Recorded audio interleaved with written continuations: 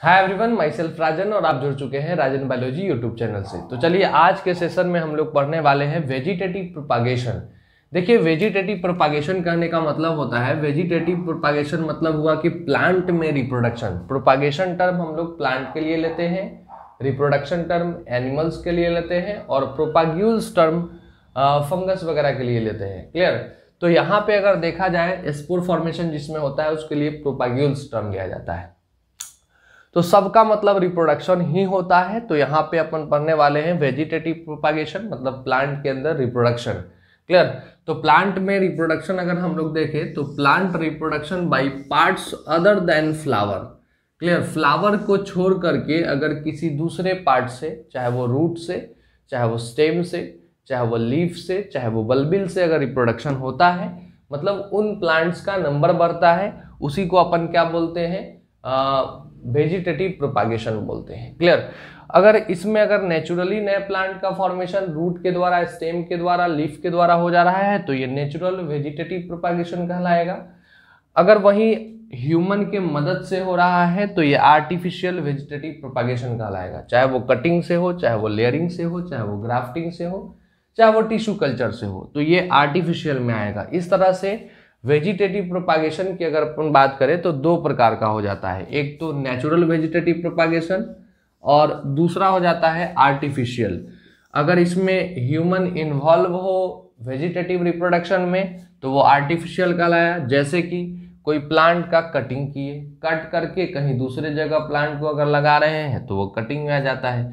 उसी तरह से ह्यूमन के इन्वॉल्वमेंट से अगर लेयरिंग के द्वारा रिप्रोडक्शन हो रहा है तो वो आर्टिफिशियल लेयरिंग कहलाएगा। ग्राफ्टिंग हम जानते हैं सुपेरियर प्लांट बनाने का जो प्रोसेस है, उसके लिए अगर प्लांट में रिप्रोडक्शन उससे हो रहा है तो इसको हम लोग ग्राफ्टिंग बोलते हैं। और टिश्यू कल्चर, अगर टिश्यू से नए प्लांट्स का फॉर्मेशन कराया जाए तो इसको अपन बोलते हैं टिश्यू कल्चर। क्लियर? अभी देखेंगे आगे। अब इसमें आ जाता है नेचुरल की बात, तो नेचुरल में आ जाता है रूट के द्वारा नए प्लांट का फॉर्मेशन हो रहा हो किसी के अंदर तो बाय रूट कहलाएगा। स्टेम के द्वारा हो तो बाय स्टेम कहलाएगा। अगर पत्ते के द्वारा नए प्लांट का फॉर्मेशन हो रहा हो तो बाय लीफ कहलाएगा। बल्बिल्स मतलब आगे वाला रीजन, ठीक है ना, मॉडिफाइड फ्लावर होता है ये भी एक तरह से। तो सबसे आगे वाला जो पोर्शन है वो अगर नए प्लांट का फॉर्मेशन करवा रहा हो तो उसको अपन बोलते हैं बाय बल्बिल। तो इस तरह से अलग अलग नेचुरल वेजिटेटिव प्रोपागेशन होते हैं। क्लियर? तो आप इसको नोट करिए। अब हम लोग इसको डिटेल में देखेंगे। क्लियर? आप इसको नोट करिए। चलिए तो आगे अब हम लोग देखेंगे सबसे पहला नेचुरल वेजिटेटिव प्रोपागेशन। देखिए, अभी हम लोग पढ़ रहे थे वेजिटेटिव प्रोपागेशन, उसमें सबसे पहला आप पढ़ने जा रहे हैं नेचुरल वेजिटेटिव प्रोपागेशन। देखिए, अगर प्लांट के अंदर रिप्रोडक्शन अगर नेचुरली हो, ठीक है ना, तो उसको अपन बोलते हैं नेचुरल वेजिटेटिव प्रोपागेशन। यहाँ पे देखा जाए तो अलग अलग प्लांट के पार्ट से नए प्लांट का फॉर्मेशन हो रहा है, जिसमें अगर देखें सबसे पहला तो बाय रूट। अगर प्लांट का रिप्रोडक्शन रूट के द्वारा हो तो रूट के द्वारा नए प्लांट का फॉर्मेशन हो तो इसको अपन बोलते हैं natural vegetative propagation by root. ऐसा स्वीट पोटैटो में हम लोग देखने को मिलता है, ठीक है ना। हम लोग को स्वीट पोटैटो में ये देखने को मिल जाएगा कि रूट के द्वारा नए प्लांट का फॉर्मेशन कैसे हो रहा है। दूसरा अपन बोलेंगे कि प्लांट के अंदर रिप्रोडक्शन होगा, एसेक्सुअल रिप्रोडक्शन, वेजिटेटिव प्रोपागेशन, जो कि स्टेम के द्वारा हो।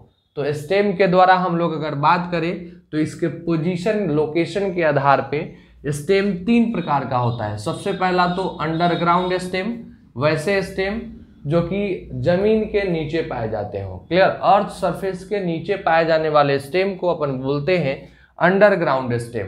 क्लियर? दूसरा होता है कि जमीन के सरफेस पे हो, ठीक है ना, अर्थ सरफेस पे वैसे स्टेम जो अर्थ सरफेस पे पाए जाते हो और वो प्लांट में रिप्रोडक्शन का मदद करते हो तो वो कहलाते हैं सब एरियल स्टेम। और तीसरे हैं हवा में वायवीय तना हो, ठीक है ना, हवा में तना हो, स्टेम हो और वो नए प्लांट का फॉर्मेशन कराए तो उसको अपन बोलते हैं एरियल स्टेम। क्लियर? तो अब हम लोग बात कर लेते हैं तीन प्रकार का स्टेम का मॉडिफिकेशन हुआ उसके लोकेशन या पोजीशन के आधार पे। क्लियर? जो कि एक तरह से कहा जाए तो वेजिटेटिव प्रोपगेशन बाय स्टेम में मदद करता है। इसमें भी अगर देखा जाए तो अलग अलग शेप के स्टेम को अलग अलग नाम दिया गया है, ठीक है ना। जैसे अंडरग्राउंड स्टेम की बात कर लेते हैं तो इसमें राइजोम है, कॉर्म है, ट्यूबर है, बल्ब है, ठीक है ना। राइजोम की अगर बात कर ले तो कैसा होगा सर, तो राइजोम एक ऐसा स्टेम जो अर्थ सरफेस के नीचे पाया जाता हो और उसमें बर्ड्स पाया जाता हो, नोड्स पाया जाता हो, इंटर नोड्स पाया जाता हो, कुछ इस तरह का स्ट्रक्चर हो। क्लियर। जैसे कि आप हल्दी आदि ये सब देखे हैं, हल्दी आदि में अगर देखें तो ये क्या है, इसका बर्ड है, ये क्या है, स्किन के जैसा इसके ऊपर से पाया जाता है, स्केली लीफ कहें उसको, तो स्केली लीफ होगा। और ये क्या है सर, तो ये है इसका नोड। तो वैसा स्टेम जो अंडरग्राउंड पाया जाता हो, ठीक है ना, तो उसमें भी नोड इंटर नोड हो और ये जो हो बर्ड पाया जाता हो, इसी बर्ड से नए प्लांट का फॉर्मेशन होता हो। तो ऐसा टर्मरिक में देखने को मिलता है, ठीक है ना, हल्दी, जिंजर आदि, बनाना में भी ऐसा ही देखने को मिलता है, राइजोम के द्वारा ही अंडरग्राउंड रिप्रोडक्शन होता है। क्लियर। अब यहाँ पे अगर देखा जाए तो सबसे पहले तो सर यहाँ हम अर्थ सरफेस के नीचे पाया जाता है, वहां पे बहुत ज्यादा कंफ्यूजन होता है कि ये रूट होगा या स्टेम होगा। तो आप देखिए कैसे आप पहचानेंगे किसी भी रूट या स्टेम को। तो स्टेम कहने का मतलब होता है वैसा प्लांट का पार्ट जिसमें नोड्स और इंटर नोड हो। क्लियर। तो अंडरग्राउंड है और इसमें नोड इंटर नोड हो, मतलब ये स्टेम ही है, और ऐसा स्टेम अंडरग्राउंड स्टेम होगा, ठीक है ना। रूट में नोड इंटर नोड नहीं होते हैं। क्लियर। तो यही बेसिक आइडेंटिफिकेशन का प्रोसेस है कि नोड और इंटर नोड का पता लगाना, ठीक है ना। इंटर नोड नोड है मतलब समझ जाइए वो स्टेम है। क्लियर। अब हम लोग बात कर लेते हैं, दूसरा है कॉर्म। कॉर्म भी एक तरह से अंडरग्राउंड स्टेम ही है। इसमें भी अगर देखा जाए तो बर्ड वगैरह पाया जाता है और उसी से नए प्लांट का फॉर्मेशन होता है। इसका एग्जाम्पल आ जाता है अमॉर्फोफाइलस और कैलोकेसिया। क्लियर। जमीन कंद, ठीक है ना, इसी के अंदर आएगा। अब देखिए यहाँ पे अगर देखा जाए तो कैसा होता है, तो अरवी, ओल, ये सब हम लोग जानते हैं, ये कॉर्म के अंदर आएगा। इसका स्ट्रक्चर कुछ इस तरह का होता है, ठीक है ना, ब्राउनिश होता है, इसका पत्ता बहुत चौड़ा होता है, पत्ता पे पानी जो है नहीं ठहरता है। क्लियर। और इसमें जो नोड होगा वो सर्कुलर नोड होगा इस तरह से, और इसमें ब्राउनिश कलर का जाल जैसा, नेटवर्क जैसा इस तरह से पाया जाता है इसमें। क्लियर। और इसी के यहाँ पे बर्ड पाया जाएगा। क्लियर। ये बर्ड होगा और यही बर्ड नया ऑर्गेनिज्म बनाने में मदद करता है। ये क्या है सर, तो ये है सर्कुलर नोड। क्लियर। ये सर्कुलर नोड है और ऐसा स्ट्रक्चर स्टेम का हो तो इसको अपन बोलते हैं कॉर्म। क्लियर। तीसरा है ट्यूबर। ट्यूबर के बारे में हम सबको पता है कि पोटैटो जो है वो फूला हुआ स्टेम होता है और ये जमीन के नीचे पाया जाता है, उसमें आई या बर्ड्स पाए जाते हैं, इसीलिए वो अंडरग्राउंड स्टेम कहलाएगा और उसके स्ट्रक्चर को अपन नाम देते हैं ट्यूबर, ठीक है ना, ऐसा होता है। क्लियर। तो ये है ट्यूबर। इसमें ये क्या है सर, तो ये है आई या बर्ड, इसी को अपन बोलते हैं। तो ये भी अंडरग्राउंड स्टेम में ही आता है। और लास्ट आ गया आपके सामने बल्ब। बल्ब का शेप कैसा होगा, तो बल्ब जैसा ही होगा। जैसे आपके सामने अगर हम बना दे ऐसा स्ट्रक्चर,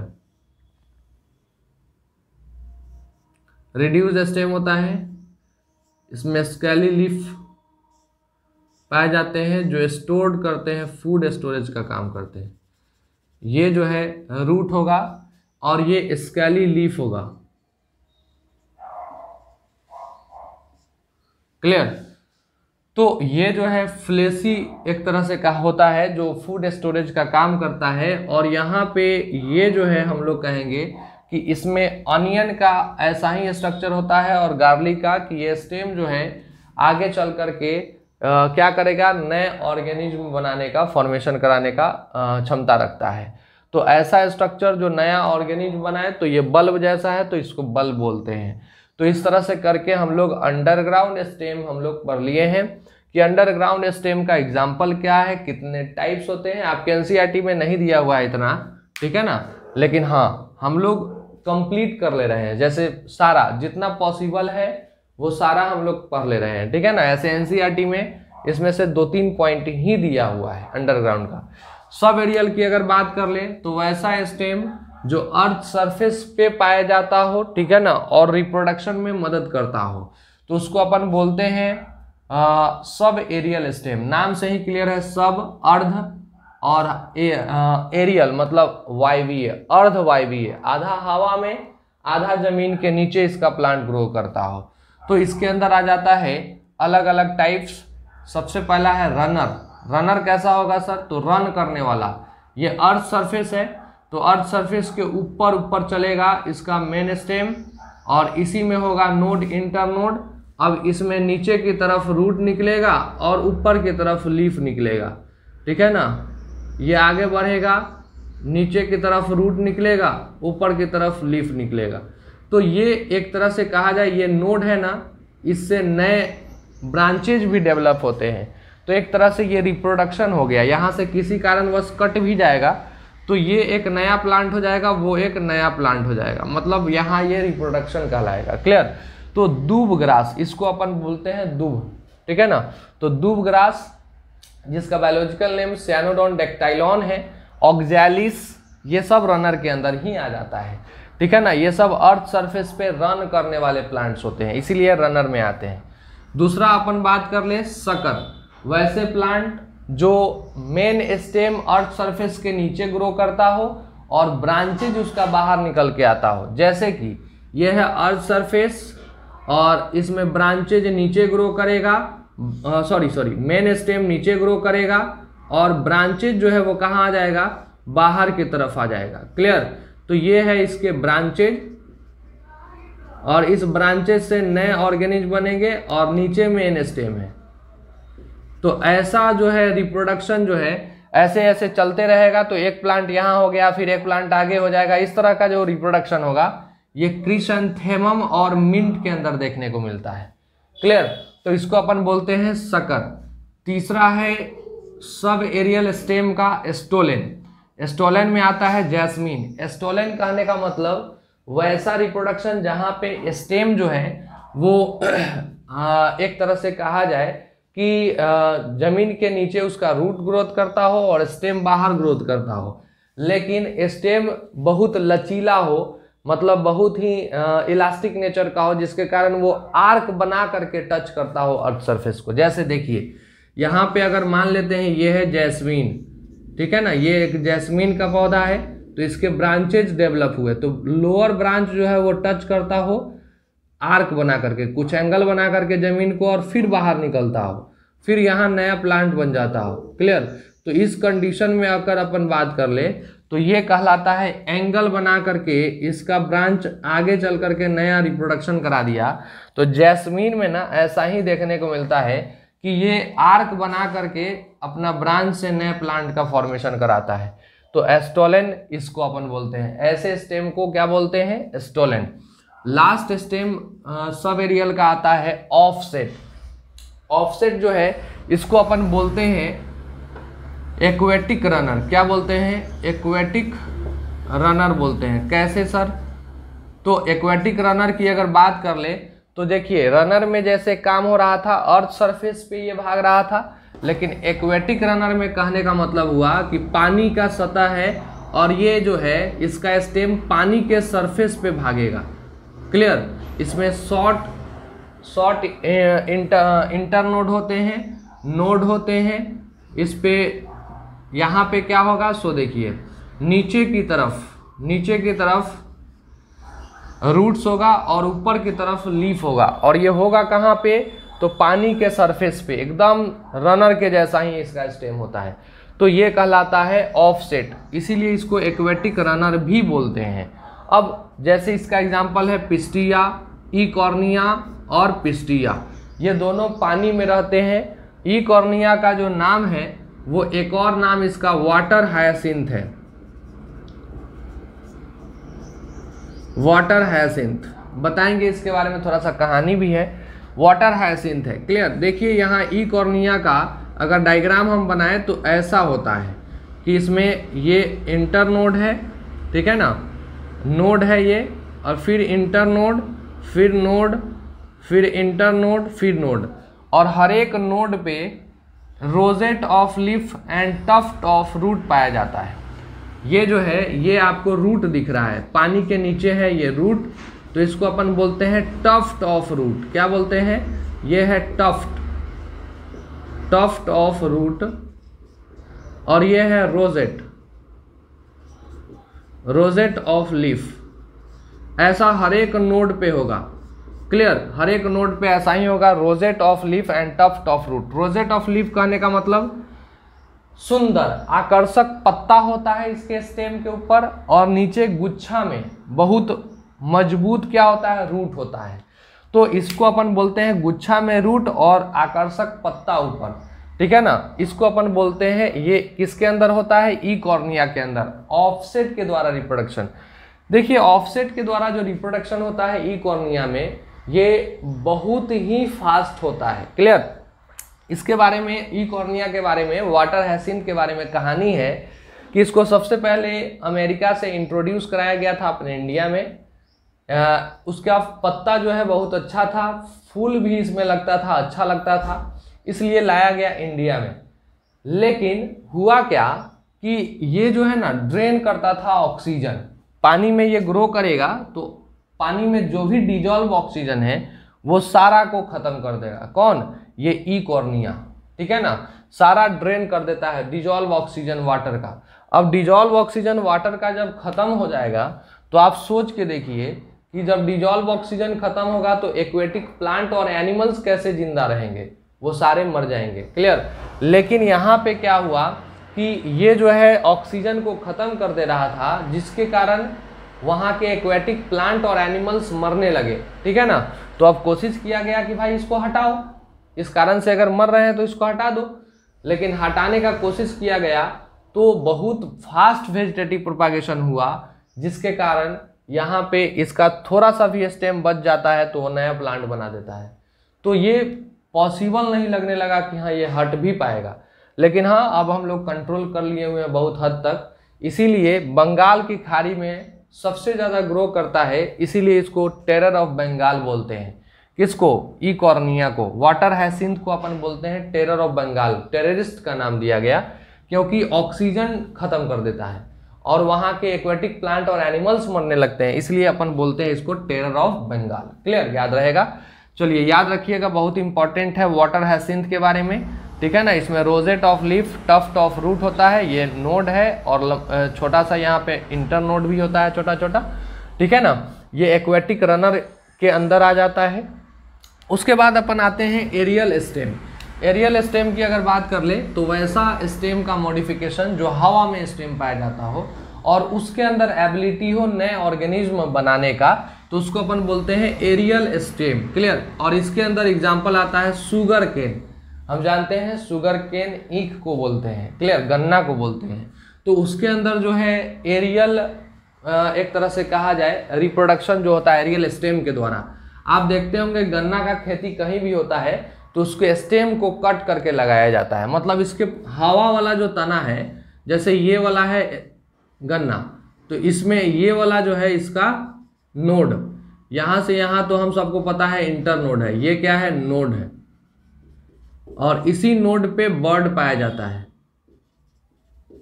और इसको यहाँ से कट कर दे, यहाँ से कट कर दे, इसको कहीं और लगा दे, इसको कहीं और लगा दे, तो इससे नए नए प्लांट बन जाएंगे। तो एरियल जो है स्टेम में क्षमता है कि बर्ड है और इसी के ऊपर नया प्लांट बन सकता है, तो ये कहलाता है एरियल स्टेम का मॉडिफिकेशन। मतलब स्टेम में हम लोग देखें कि 3 प्रकार का स्टेम है। वैसा स्टेम जो अर्थ सरफेस के नीचे है वो अंडरग्राउंड स्टेम है, इसमें 4 टाइप है।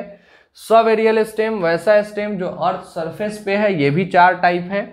और एरियल स्टेम, वैसा स्टेम जो अर्थ सरफेस के ऊपर हो और उसके अंदर क्षमता हो नए प्लांट बनाने का, तो वो एरियल स्टेम। तो स्टेम का टोटल 3 मॉडिफिकेशन है, आप एग्जाम्पल के साथ याद रखिएगा, ठीक है ना, बहुत इंपॉर्टेंट होता है, एग्जाम्पल पूछा जाएगा आपके एग्जाम में, ठीक है ना, नीट के अंदर, बोर्ड के अंदर। क्लियर। अब ध्यान देते हैं लीफ के बारे में। बाय लीफ के द्वारा नए प्लांट का फॉर्मेशन हो तो उसको अपन बोलते हैं बाय लीफ वेजिटेटिव प्रोपागेशन। अब ये नेचुरली होगा, ऐसा देखा जाता है ब्रायोफाइलम में। ब्रायोफाइलम का पत्ता जो है कुछ इस तरह का होता है और उसके हर एक मार्जिन से क्या होता है, नए प्लांट बनने लगते हैं। क्लियर। ये प्लांट तो छोटा ही होता है, लेकिन इसके ये जो मार्जिन्स है, इस मार्जिन पे नया बड बनेगा जिसको फॉलियार बड बोलते हैं, फॉलियार लीफ बोलते हैं। और इससे जो है 1 2 3 4 5 मार्जिन है, 5 न्यू प्लांट बन जाएंगे। क्लियर। तो इसको अपन बोलते हैं ब्रायोफाइलम। ब्रायोफाइलम का ये लीफ है और ब्रायोफाइलम में ऐसा रिप्रोडक्शन देखने को मिलता है कि पत्ते से नए प्लांट का फॉर्मेशन हो जाए। क्लियर। तो याद रखिएगा ब्रायोफाइलम का पत्ता जो है वो लीफ है, वो रिप्रोडक्शन में मदद कर रहा है। उसके बाद है लास्ट नेचुरल वेजिटेटिव प्रोपागेशन का चौथा टाइप है कि यहाँ पे बल्बिल्स के द्वारा, बल्बिल मतलब होता है प्लांट पार्ट के सबसे आगे वाला रीजन, जहाँ पे फूल होना चाहिए था वहां पे बल्बिल हो और वो नए प्लांट का फॉर्मेशन कराए, तो उसको अपन बोलते हैं vegetative propagation by bulbils. Clear. इसके अंदर अगेव आ जाता है। अगेव के बारे में अगर कहें हम लोग तो आपके एनसीईआरटी में दिया हुआ है, ऐसा स्ट्रक्चर होता है अगेव का। और ये अगेव का स्ट्रक्चर है। अगेव होता क्या है, तो एक रेगिस्तानी पौधा है, उसका ये बर्ड है अगेव का, ठीक है ना, और ये बल्बिल कहलाता है, ये अगेव है। क्लियर। तो अगेव के अंदर अगर रिप्रोडक्शन की अगर हम लोग बात करें तो ऐसा होता है अगेव, और इसमें जो है नए प्लांट का फॉर्मेशन यही बर्ड कराता है, तो इसको अपन बोलते हैं natural vegetative propagation by bulbils. Pineapple का भी एग्जांपल हम लोग लेते हैं, एनसीईआरटी में तो नहीं दिया है लेकिन पाइनएप्पल भी लेते हैं। हम जानते हैं पाइनएप्पल जो है वो एक तरह से कैसा होता है, तो पाइनएप्पल का स्ट्रक्चर कुछ इस तरह का होता है।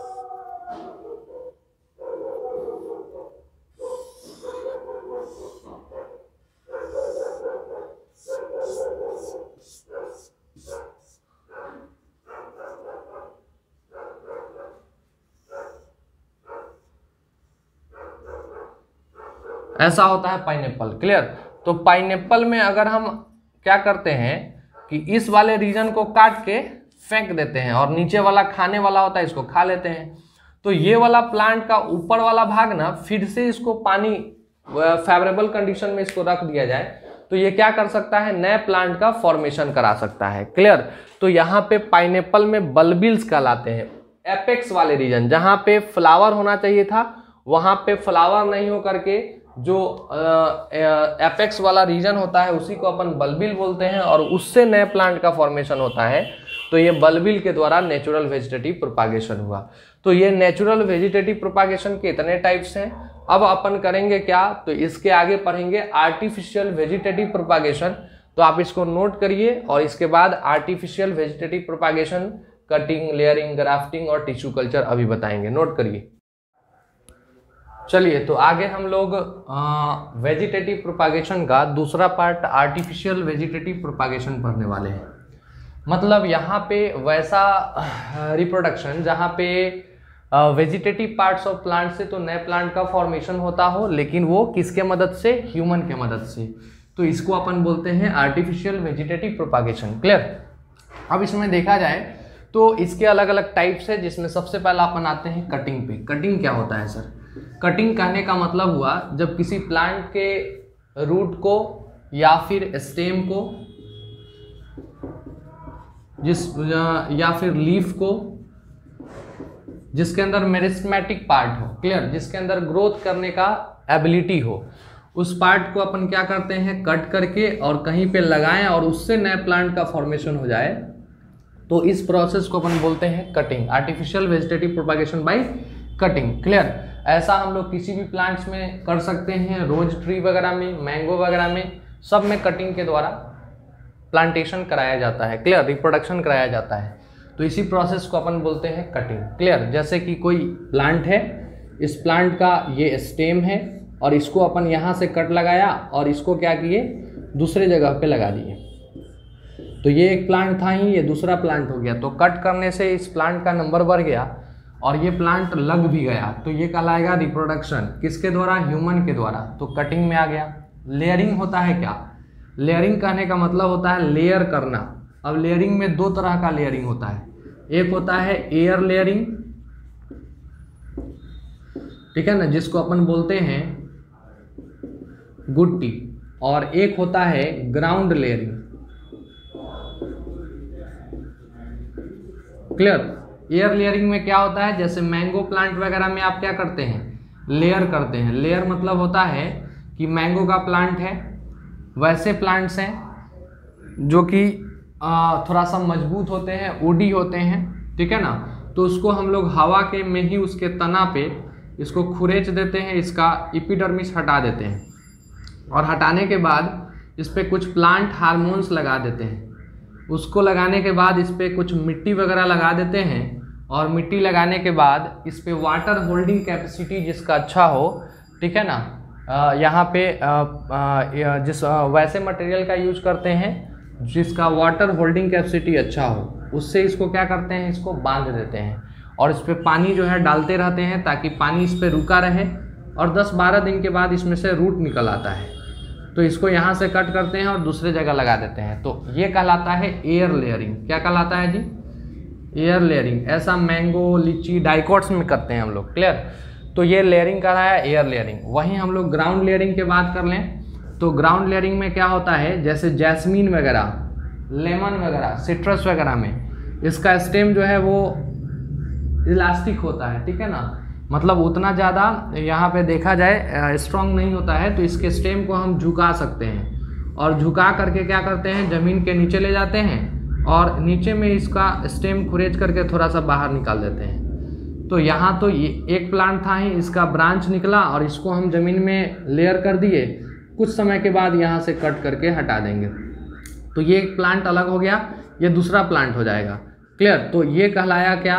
तो ये कहलाया ग्राउंड लेयरिंग, ठीक है ना। इसमें ग्राउंड से क्या किया जाता है, लेयर किया जाता है, मतलब अर्थ सरफेस से लेयर किया जाता है, तो इसमें इसको कहेंगे ग्राउंड लेयरिंग। लेयरिंग दो प्रकार का, एक जो है एयर लेयरिंग जो डाइकोट्स में होता है, और जनरली मोनोकोट्स या फिर हर्बेसियस स्टेम के अंदर ग्राउंड लेयरिंग किया जाता है।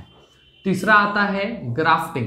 ग्राफ्टिंग के बारे में अगर कहा जाए तो ये भी आर्टिफिशियल में ही आता है, और इसमें सुपेरियर प्लांट का जो क्वालिटी है सुपेरियर करने के लिए ये प्रोसेस है,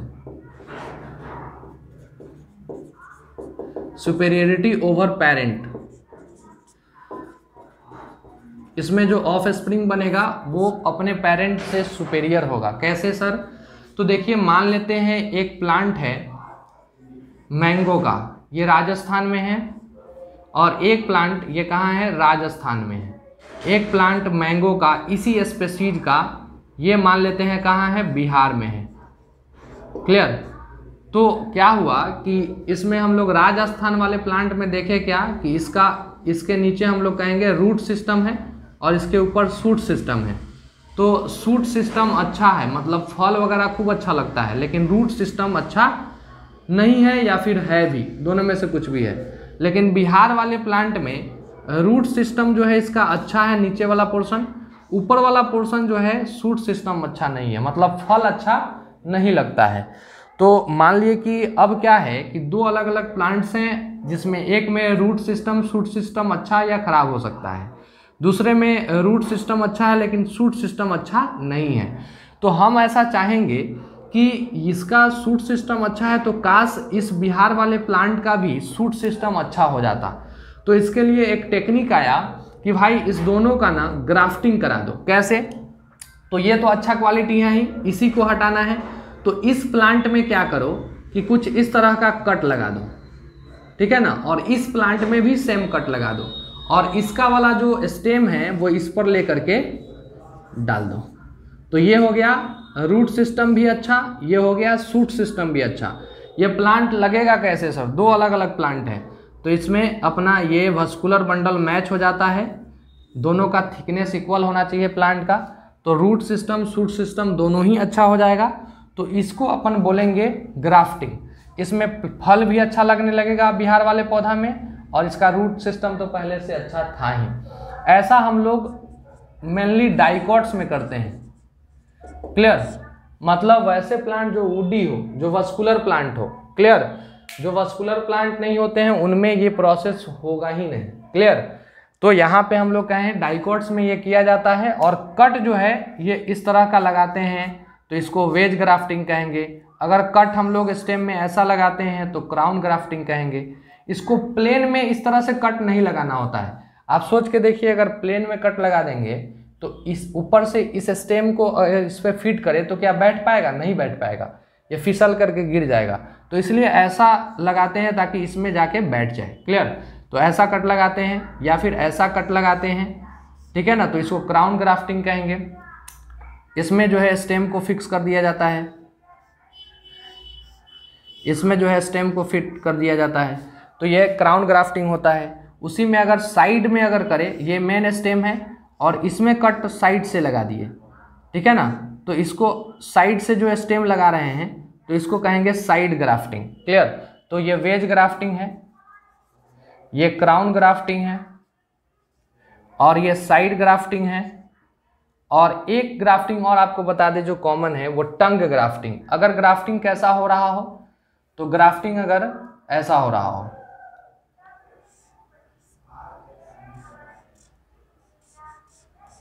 तो ये इसको कहते हैं टंग ग्राफ्टिंग। क्लियर, तो ग्राफ्टिंग वेज ग्राफ्टिंग हो गया जिसमें हम जानते हैं रूट और शूट को चेंज करते हैं, ठीक है ना। तो रूट और शूट को चेंज करते हैं, तो अगर ऐसा कट लगाएं भी शेप का तो ये वेज ग्राफ्टिंग। अगर वहीं क्राउन शेप का लगाएं और उस पर more than one stem part लगाते हैं तो उसको क्राउन ग्राफ्टिंग। अगर साइड से हम दूसरे प्लांट का स्टेम लगा रहे हैं तो साइड ग्राफ्टिंग। अगर इस तरह का डब्लू कट लगाए तो टंग ग्राफ्टिंग। अब इसमें एक बात आता है कि सर पहले से ये जो पेरेंट प्लांट था, ठीक है ना, तो ये पेरेंट प्लांट में फल अच्छा नहीं लग रहा था, लेकिन इसको हम लोग डॉटर प्लांट कहेंगे तो इसमें फल भी अच्छा हो गया। तो इसीलिए बोलते हैं इसमें जो प्लांट बनाने का जो मेथड है वो सुपेरियोरिटी ओवर पेरेंट, मतलब सुपेरियर क्वालिटी का प्लांट बनाने का कोशिश किया जाता है, ठीक है ना। दो प्लांट के एक तरह से कहा जाए स्टेम को मिक्स करके। क्लियर, यहाँ पे अगर हम लोग बात करें तो एक और पॉइंट आपको याद रखना है कि जो रूट सिस्टम होते हैं ना, ये जो आपको दिख रहा है इसके नीचे वाला जो रूट सिस्टम है, इस रूट सिस्टम को अपन बोलते हैं, रूट सिस्टम को बायोलॉजी के लैंग्वेज में बोला जाता है स्टॉक। और जो शूट सिस्टम है इसके ऊपर वाला जो दूसरे प्लांट में इसमें आया है इसका, तो ये कहलाता है सियोन। तो शूट सिस्टम क्या है? सियोन कहलाता है। तो रूट सिस्टम और शूट सिस्टम यहाँ पे अगर देखें तो ये जो है स्टॉक और सियोन के अंदर आता है, जिसमें रूट सिस्टम और शूट सिस्टम इस प्लांट में दोनों का लेकर के यूज किया गया है। क्लियर, तो ऐसा जो है अलग अलग ग्राफ्टिंग में रूट और शूट सिस्टम को यूज किया जाता है, जिसमें रूट सिस्टम को स्टॉक और शूट सिस्टम को सियोन बोलते हैं हम लोग। क्लियर, तो ये कहलाता है ग्राफ्टिंग। ऐसा जनरली डाइकॉट्स में कराया जाता है, ये बात भी आपको याद रखना चाहिए। ये दो प्लांट के रूट और शूट सिस्टम से नए प्लांट बनाए जाते हैं, इसी को हम ग्राफ्टिंग बोलते हैं। और ऐसा ह्यूमन के मदद से ही पॉसिबल हो पाता है। क्या ये सभी प्लांट में होगा? तो नहीं, ये डाइकॉट वुडी डाइकॉट्स में होता है। क्लियर, ये समझ में आया। अब अपन जा रहे हैं देखने टिश्यू कल्चर। देखिए टिश्यू कल्चर क्या कहलाता है, सुनिएगा ध्यान से टिश्यू के बारे में। टिश्यू कल्चर को अपन बोलते हैं माइक्रो प्रोपागेशन। माइक्रो प्रोपागेशन क्यों बोलते हैं माइक्रो प्रोपागेशन? तो सुनिए, यहाँ पे ये टिश्यू का मतलब होता है ग्रुप ऑफ सेल, और ग्रुप ऑफ सेल माइक्रोस्कोपिक होता है और उसको कल्चर कराते हैं और नए नए प्लांट्स बनाते हैं। तो इस प्रोसेस को प्रोपागेशन, रिप्रोडक्शन बोलते हैं। तो टिश्यू कल्चर को ही हम लोग क्या बोल सकते हैं? Micro propagation. क्लियर, तो अब ध्यान दीजिएगा इसमें होता क्या है कि इसमें एक प्लांट, कोई भी प्लांट का पार्ट हम ले सकते हैं जो मेरिस्टेमेटिक हो, जिसके अंदर डिवीजन का कैपेसिटी हो। तो हम यहाँ पे एक लीफ ले रहे हैं और इस लीफ का कुछ पार्ट जो है, कुछ टिश्यू जो है वो आप डालेंगे कहाँ पे? तो इसके एक तरह से लैब के अंदर, ट्यूब के अंदर, ठीक है ना।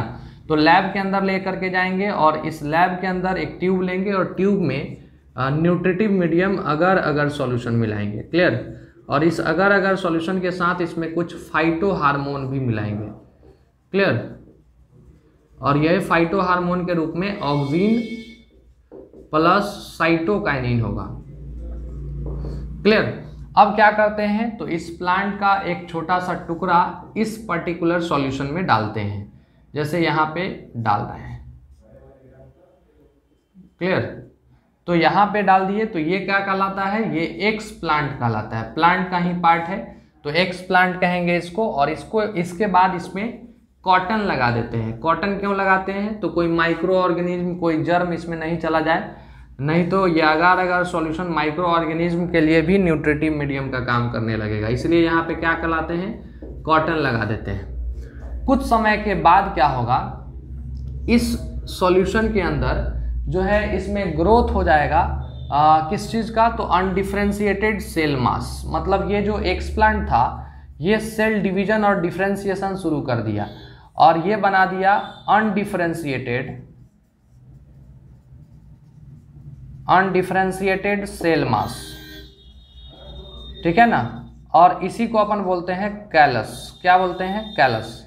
मतलब ये अनडिफरेंशिएटेड सेल मास बनाता है इसी सॉल्यूशन के अंदर, जिसमें पता नहीं चल रहा है कि ये प्लांट का कौन सा भाग है, ना तो ये रूट जैसा दिख रहा है, ना ही तो ये स्टेम जैसा दिख रहा है, और ना ही ये लीफ जैसा दिख रहा है। तो इसी को अपन बोलते हैं अनडिफरेंशिएटेड। अभी इसका डिफरेंशिएशन नहीं हुआ है, वैसे ग्रुप ऑफ सेल मास बना और इसको हम लोग नाम देते हैं कैलस। कैलस बहुत ही इंपॉर्टेंट है, ये कई बार नीट में, ठीक है ना, और बोर्ड एग्जाम में पूछे गए हैं ऑब्जेक्टिव के फॉर्म में। उसके बाद अपन बात करते हैं, तो यही कैलस आगे चल करके ना आगे डिफरेंशिएट होकर के बनाएगा क्या, तो ये आगे डिफरेंशिएट होकर के प्लांटलेट्स बनाते हैं। हजारों की संख्या में यहाँ से प्लांट्स बन सकते हैं और ये प्लांटलेट्स जो है ये हम लोग बात करेंगे कि यहाँ पे बहुत सारे संख्या में नए प्लांट का फॉर्मेशन कराएगा, तो इसको अपन नाम देते हैं प्लांटलेट्स, क्लियर। तो ये प्लांटलेट्स बनता है, तो एक छोटे से पार्ट से, ठीक है ना, माइक्रो प्रोपागेशन, माइक्रोस्कोपिक पार्ट से यहाँ पे हजारों की संख्या में प्लांट बनाया जा सकता है। इसी प्रोसेस को अपन बोलते हैं माइक्रो प्रोपागेशन, और ये सारा लैब के अंदर होता है, ये सारा लैब कंडीशन में होता है, क्लियर। मतलब यहाँ पे ये पूरा का पूरा स्टरलाइज टेक्निक हम लोग कह सकते हैं कि लैब के अंदर एसेप्टिक कल्चर मीडियम होता है। कहने का मतलब कि जहाँ पे बैक्टीरियल फ्री हो। इससे क्वेश्चन ये भी पूछता है कि जो माइक्रो प्रोपागेशन है या टिश्यू कल्चर है, इससे अपन जो प्लांट ऑब्टेन करते हैं क्या वो माइक्रोब्स फ्री होंगे, तो यस माइक्रोब्स फ्री होंगे, काहे कि लैब में ये पूरा प्रोसेस हुआ है। तो लैब के अंदर एक तरह से कहा जाए स्टरलाइज्ड कंडीशन होता है, तो ये माइक्रोबियल फ्री होंगे। इसका एग्जाम्पल क्या होगा सर, टिश्यू कल्चर किन में होता है, तो टिश्यू कल्चर जनरली देखा जाता है सीडलेस प्लांट में कराया जाता है, जिसके अंदर सीड नहीं हो, और उस प्लांट में भी कराते हैं जिनमें रिप्रोडक्शन बहुत लेट से होता हो, ठीक है ना, बहुत लेंदी प्रोसेस से होता हो, तो उसमें हम किसी भी मेरिस्मेटिक टिश्यू को निकाल करके उस प्लांट का रिप्रोडक्शन करा देते हैं, क्लियर। तो ये टिश्यू कल्चर कराता है, डिमांड अधिक होने की वजह से ऐसा कराया जाता है, क्लियर। तो ये कंप्लीट हो जाता है इस तरह से आर्टिफिशियल वेजिटेटिव प्रोपागेशन। इससे पहले हम लोग नेचुरल पढ़े ही हैं, क्लियर। और इससे पहले हम लोग एसेक्सुअल रिप्रोडक्शन के अंदर अलग अलग टाइप्स हम लोग पढ़ लिए हैं। अब इसके बाद जो है वो पढ़ना क्या है, तो पार्थिनोजेनेसिस पढ़ना है, क्लियर। तो आज इतना ही रखा जाए, फिर अगले क्लास में हम लोग पार्थिनोजेनेसिस के बारे में जानेंगे। पार्थिनोजेनेसिस क्या होता है, वो भी एसेक्सुअल रिप्रोडक्शन में ही आता है, ठीक है ना। तो इसके बारे में कल पढ़ेंगे। आज इतना ही, इसको नोट करिए।